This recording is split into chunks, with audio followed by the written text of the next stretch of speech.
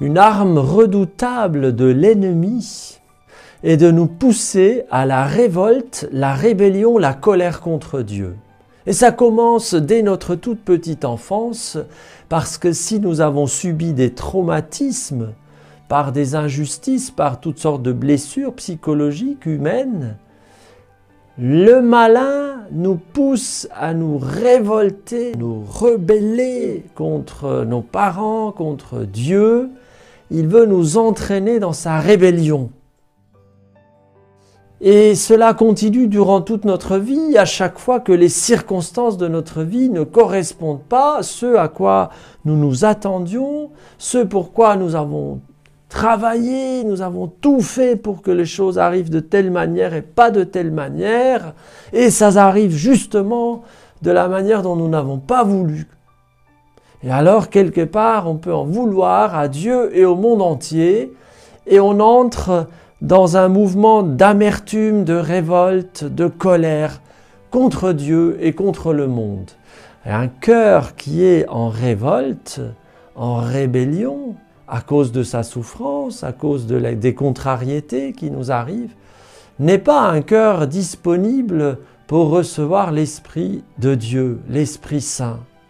Et c'est tout ce que l'ennemi voudrait, que nous soyons fermés à l'égard de Dieu et à l'égard de l'Esprit Saint, parce que quand l'Esprit Saint nous habite et nous remplit et qu'il nous anime, c'est la fin du royaume du prince des ténèbres.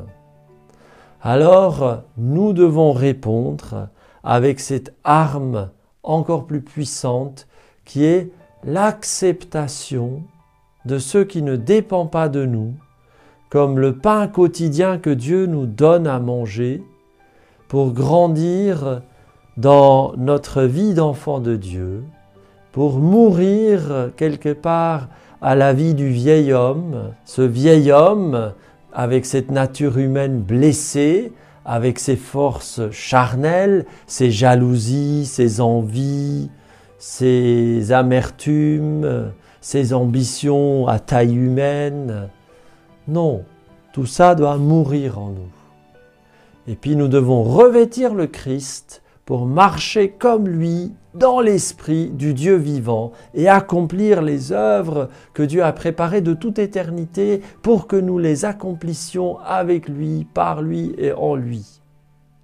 C'est cela, vivre dans l'Esprit Saint. Et donc, absolument, nécessairement, nous devons nous libérer, renoncer, repentir par rapport à toute révolte, rébellion contre Dieu, toute colère contre Dieu par rapport aux événements, par rapport aux circonstances de notre vie aujourd'hui.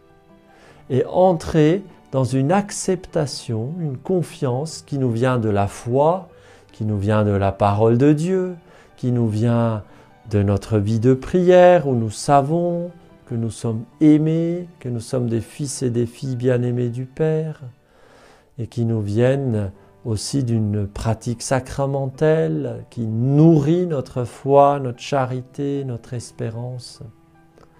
Non à la révolte, oui au plan de Dieu sur ma vie. Non à l'amertume, le ressentiment, la rébellion, oui à la confiance, la foi que Dieu me mènera bien au-delà de tout ce que je peux espérer et imaginer. Alors saisis cette arme de l'acceptation des circonstances concrètes de ta vie aujourd'hui, dans la confiance en la providence aimante du Père. Amen.